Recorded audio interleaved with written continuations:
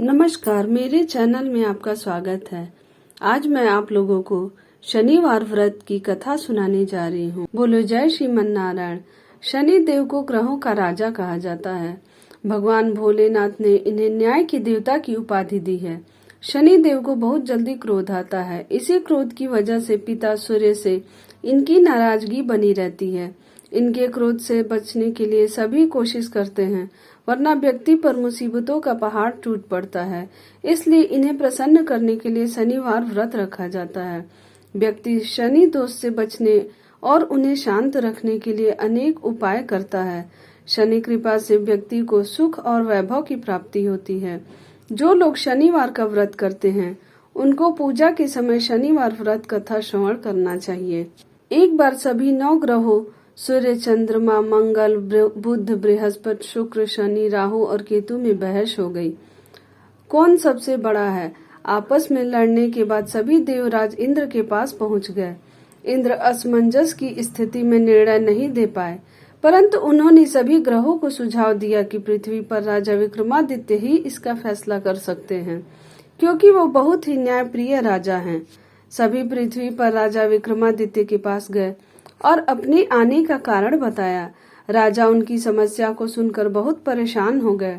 उनका चिंतित होना लाजमी था, क्योंकि जिसको भी किसी से छोटा बताया तो वही गुस्सा कर जाएगा। राजा की काफी सोच विचार के बाद उन्हें एक उपाय सूझा। उन्होंने स्वर्ण, रजत, कांस्य, पीतल, शीशा, रांगा, जस्ता, अबरक और लौह से 9 सिंहासन बनवाए। उन्हें उपयुक्त क्रम में रख दिया गया। सबसे निवेदन किया गया कि क्रमानुसार सिंहासन पर आसन ग्रहण करें। शर्त रखा गया कि जो सबसे अंतिम में सिंहासन पर आसन ग्रहण करेगा, वही सबसे छोटा माना जाएगा, जिसकी वजह से शनि देव सबसे बाद में आसन प्राप्त कर सके और सबसे छोटे कहलाए। क्रोध के आवेश में आकर शनि देव ने सोचा कि राजा ने यह सब जानबूझकर किया है। कुपित होकर राजा से कहा कि राजा, तू मुझे नहीं जानता।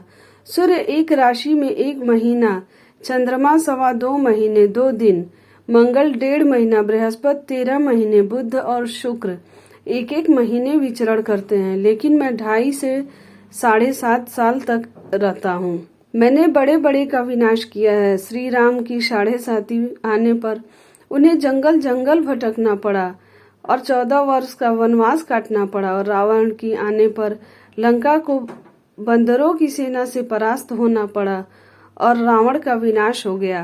क्रोधित शनि देव ने राजा से कहा कि अब आपको सावधान रहने की जरूरत है। इतना कहकर शनि देव कुपित अवस्था में वहां से चले गए। समय गुजरता गया और काल चक्र का पहिया घूमते हुए राजा की 7.5 आ ही गई। तब शनि देव घोड़ों का सौदागर बनकर राजा के राज्य में गए। उनके साथ अच्छे नस्ल के बहुत सारे घोड़े थे। जब राजा को सौदागर के घोड़ों का पता चला तो अश्वपाल को अच्छे घोड़े खरीदने के लिए भेजा। अश्वपाल ने कई अच्छे घोड़े खरीदे। इसके अलावा सौदागर ने उपहार स्वरूप एक सर्वोत्तम नस्ल के घोड़े को राजा की सवारी हेतु दिया। राजा विक्रमादित्य जैसे ही उस घोड़े पर बैठे, वह सरपट वन की ओर भागने लगा। जंगल के अंदर पहुंचकर वह गायब हो गया। भूख प्यास की स्थिति में राजा जंगल में भटकते रहे। अचानक उन्हें एक ग्वाला दिखाई दिया, जिसने राजा की प्यास बुझाई। राजा ने प्रसन्नता में उसे अपनी अंगूठी देकर नगर की तरफ चले गए। वहां एक सेठ की दुकान पर पहुंचकर उन्होंने जल पिया और अपना नाम वीका बताया।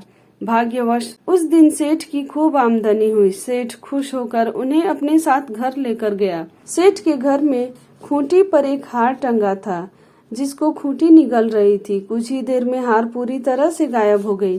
सेठ वापस आया तो हार गायब था। उसे लगा कि वीका ने ही उसे चुराया है। सेठ ने वीका को कोतवाल से पकड़वा दिया और दंड स्वरूप राजा उसे चोर समझकर हाथ पैर कटवा दिया। अपंग अवस्था में उसे नगर के बाहर फेंक दिया गया। तभी वहां से एक तेली निकल रहा था, जिसको वीका पर दया आ गई। उसने वीका को अपनी गाड़ी में बैठा लिया। वीका अपनी जीभ से बैलों को हाँकने लगा। कुछ समय पश्चात राजा की शनि दशा समाप्त हो गई। वर्षा काल आने पर वीका मल्हार गाने लगा। एक नगर की राजकुमारी मन भावनी ने मल्हार सुनकर मन ही मन प्रण कर लिया कि जो भी इस राग को गा रहा है वो उसी से ही विवाह करेगी। उन्होंने दासियों को खोजने के लिए भेजा, परंतु वापस आकर उन सभी ने बताया कि वह एक अपंग आदमी है। राजकुमारी यह जानकर भी नहीं मानी और अगले दिन ही वह अनशन पर बैठ गई। जब लाख समझाने पर राजकुमारी नहीं मानी, तब राजा ने उस तेली को बुलवा भेजा और वीका से विवाह की तैयारी करने के लिए कहा गया। वीका से राजकुमारी का विवाह हो गया। एक दिन वीका के स्वप्न में शनिदेव ने आकर कहा कि देखा राजा, तुमने मुझे छोटा बताकर कितना दुख झेला है। राजा ने क्षमा मांगते हुए हाथ जोड़कर कहा कि हे शनिदेव, जैसा दुख मुझे दिया है किसी और को ऐसा दुख मत देना। शनिदेव इस विनती को मान गए और कहा कि मेरे व्रत और कथा से तुम्हारे सारे कष्ट दूर हो जाएंगे। जो भी नित्य मेरा ध्यान करेगा और चींटियों को आटा डालेगा, उसकी सारी मनोकामना पूर्ण हो जाएगी। शनिदेव ने राजा को हाथ पैर भी वापस दिए।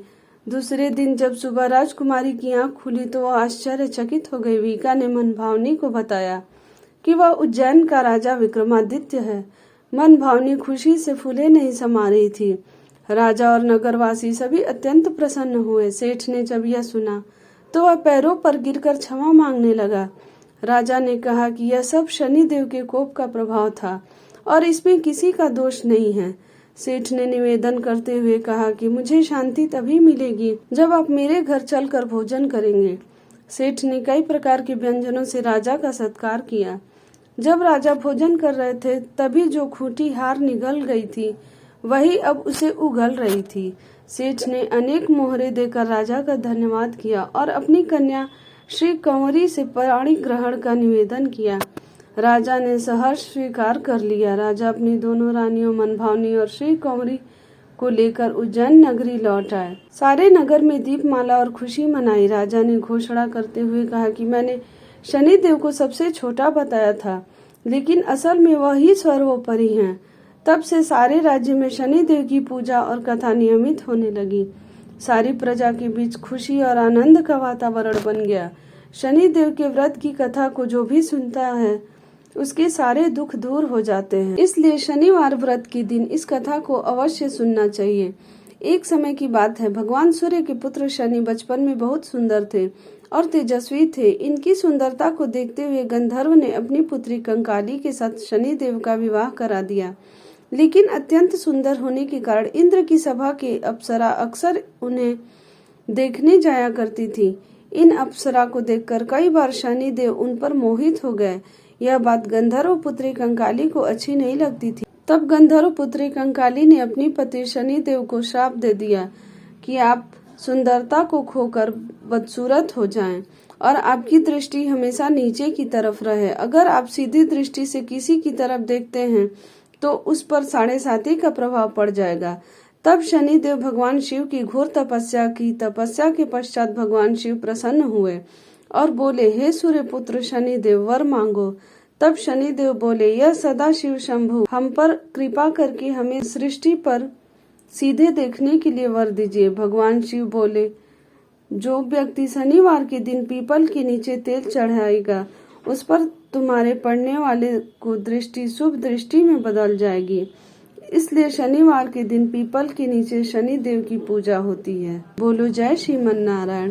अगर आपको मेरी यह कथा अच्छी लगी हो तो मेरे चैनल को लाइक करें, सब्सक्राइब करें, शेयर करें और कमेंट में जय श्रीमन नारायण जरूर लिखें।